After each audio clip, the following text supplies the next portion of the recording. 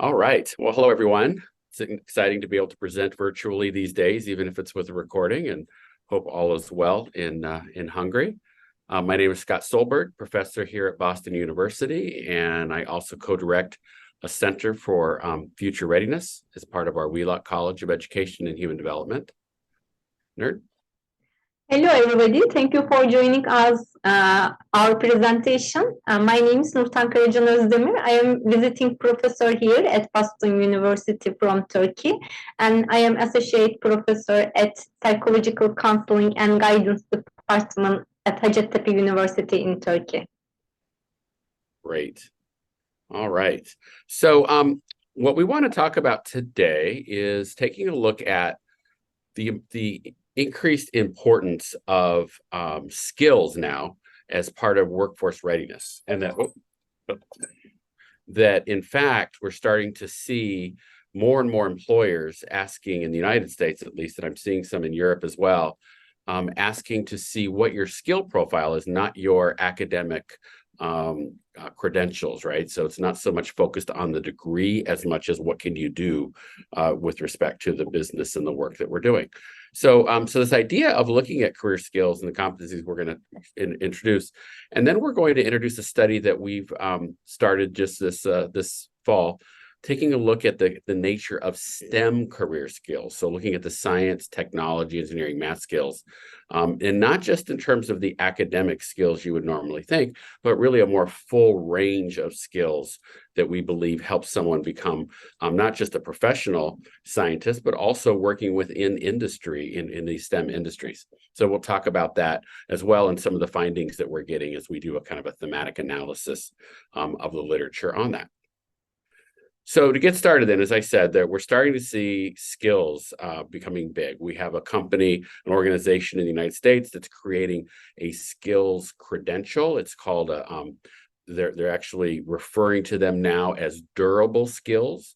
We used to call them soft skills, but durable skills are the skills that once you've developed them, empathy and working in groups and all these different kinds of communication skills and awareness.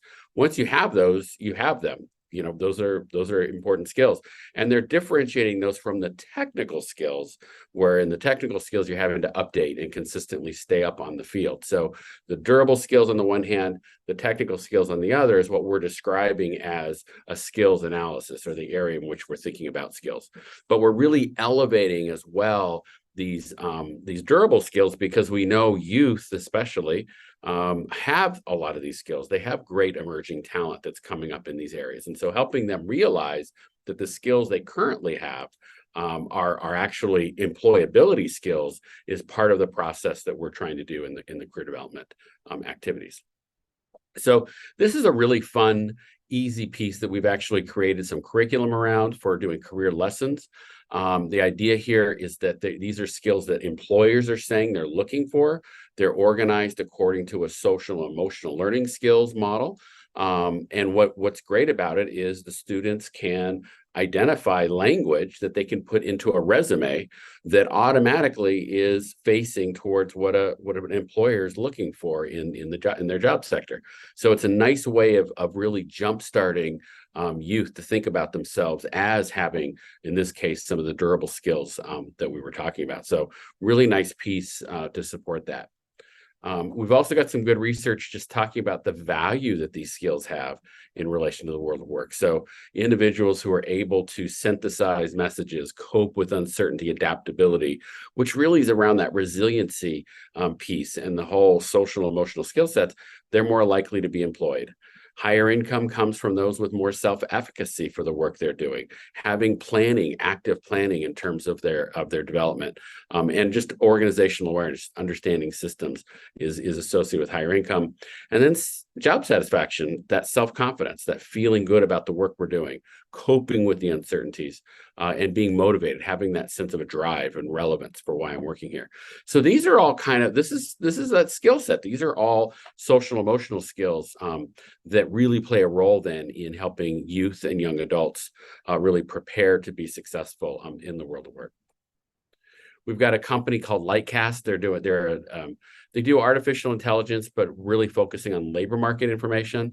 And one of the things they've just created for colleges as well as schools is to take a look at the syllabi we're using to see to what extent the skills that are embedded within that align with the world of work. So kind of thinking about it from the academic end towards supporting youth. They also have a really nice model in thinking about the range of skills we're talking about. So the common skills, which you see on this bottom piece, is the largest set. And then from there, the idea that you have specialized or technical skills and then certifications. But these common skills we call transferability. These are the transferable skills that can work across a number of different occupations.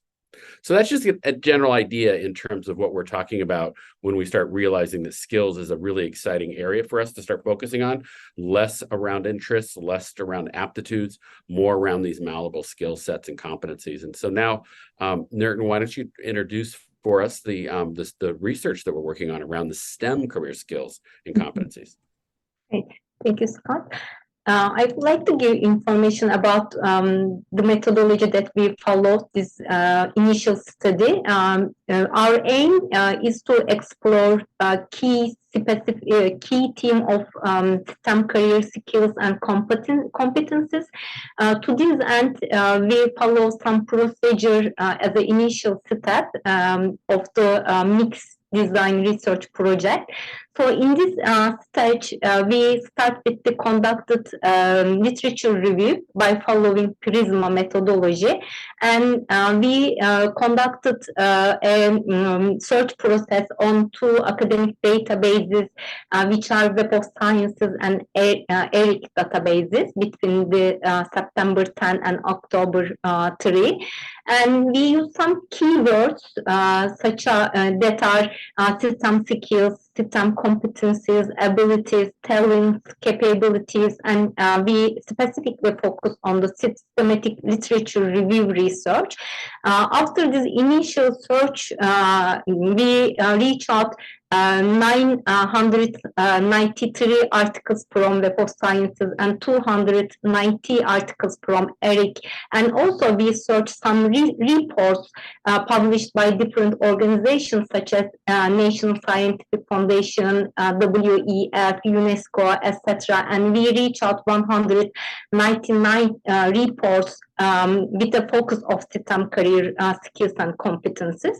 And then we follow some specific inclusion and exclusion criteria to decide which articles we should specifically focus on. And inclusion criteria included that being published in English and being peer-reviewed. Also, we search the articles published between last 10 years, ensuring a focus on the latest research. And we excluded the articles with a specific focus like on the disabilities and vocational education and training. After this inclusion and exclusion criteria, finally we reach out 65 research articles and 35 reports for the following steps. For the initial analysis, we use the Claude AI for conducting thematic analysis. This software has some limitation, such as just uploading 5 files at a time, and each file not exceeding 10 megabytes in size, which made us to consider to analyze the documents separately. That's why we focus on the specific articles that focus on the Fab Labs and Makerspace topic, and also we analyze this kind of documents separately to look at what kind of specific STEM skills and competencies that they mention in these articles. And also we analyze the articles that have specific focus on diverse STEM professions, careers. Again, we aim to look at the specific skills that are important in practicing STEM careers. And also, we specifically focus on the K-12 interventions and what kind of skills and competences embedded in this kind of intervention and application. So we analyze this document separately. And finally, based on the literature, again, we wonder what kind of specific STEM skills also important for employability. That's why we look at some system specific reports like UNESCO, WEF, to look at these skills again, not only important for developing a STEM identity, but also important for employability. So we analyze this document separately. After all, finally, we combined all results and again conducted a thematic analysis on this combined collective result to see overall STEM skills and competences. And then we would like to talk about the initial results. Okay, so we got a few minutes left here, so let's kind of walk through. So we have 5 buckets of analysis. And these are based on the kinds of articles that were being reviewed. So the first on the STEM career identity.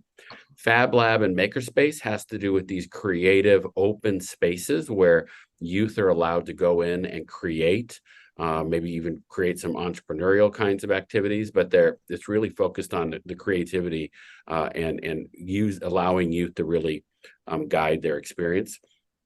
We certainly have some on the diverse STEM professions, K-12 practices, as you just heard, and then the STEM employability. So we're going to go through and just kind of look at the nuances between what some of the skills and competencies are from these different perspectives. So in this first case, then we're talking about just the kind of the STEM identity and development, and in there you're seeing pretty much a pretty solid set. You've got problem solving, critical thinking, in addition to technical skills. You've got durable skills listed, the adaptability and lifelong learning and other competencies. So nothing surprising. I mean, I think it's a pretty good core set that I think we would all agree. But again, we're moving out of just the technical and academic math and science skills to also bring in some of these other social, emotional, and what we call durable skills as well. And it's showing up in this process. So some of the very specific, examples of what each of these are being shown here. So under durable skills, you're seeing communication, interpersonal skills, teamwork, collaboration, a lot of things that are pretty core to social and emotional learning development. And then you have the different technical skills and problem solving and such. And then another list of other competencies, which can also be helpful. In the second one, we're focusing on studies that are looking at these very creative open spaces where we're letting youth really guide their experience, and they're creating, and they're using 3D printers, and they're just in an active creative place. And so it's not surprising that creativity and innovation now gets added to the list of skills. More emphasis on communication and collaboration, and also we're also seeing lifelong learning, so that we're basically it's creating that inquisitive learner who wants to continue learning, and hopefully they're going to come out of that wanting to always continue moving up in terms of their skills and also their opportunities as a result. So some of the ideas around that. In the third study, we're looking now at kind of the specific areas of STEM. So some of these very specialized areas that we're looking at, and you're starting to see an interesting emergence of ethics and social responsibility, focusing on passion and dedication. So the idea that I'm entering, say, agri-food or nanotechnology because there's something exciting that I see as relevant to addressing some important issues in our society or in our planet. And so the passion and dedication, and then also lifelong learning is also added into this one as well. So another interesting set there. The fourth group, and then just to give you a sense of what those are looking like. So in the ethics, understanding the impact of our work in STEM, and then with lifelong learning, similar, and then passion and dedication, right? So finding that sense of purpose. Number 4, we added self-efficacy and knowledge application. These are the K-12 STEM interventions that are going on. And so self-efficacy has always played a big role in in the United States, at least, in a lot of the K-12 STEM education, because we're using self-efficacy to measure their STEM, their confidence in these STEM activities that they're trying to learn about. And there's a couple of pieces on there, and we're running out of time, so I'm just going to hit this last one, which is around employability skills. And again, what came up there, unique one, was the adaptability and lifelong learning came up as a big piece. So what we're finding, and I think, why don't you take the conclusion? We've got about half a minute here, Nurten, but why don't you summarize kind of what the key findings are? Okay, thank you. We can interpret this result like that.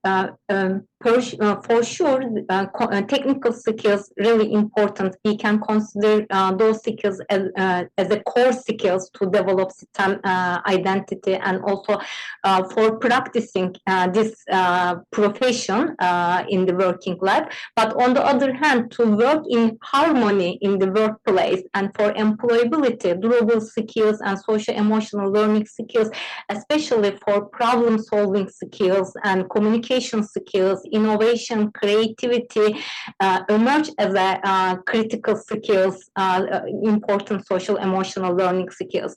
And for employability, also leadership emerge as a critical skills. On the other hand, to keep pace with the advancement in this technological era, lifelong learning is really important skills, because every day new technology is emerging, and STEM career professionals need to develop their knowledge and practices. From the perspective of K-12, it is really important to support efficacy feeling of students to develop STEM identity. And finally, ethics is really important, especially this is the ongoing discussion in this recent discussion. So again, developing a sense of ethic is really important for overall STEM professions. All right. Well, thank you everyone for this opportunity. We appreciate being able to share a few minutes with you about the work we're doing, and hope you'll also start seeing kind of the value, and love to hear more about how you all might be engaged in working with skills as a primary way to help youth see themselves and their future in the world of work. And look forward to more conversation. Thank you. Thank you.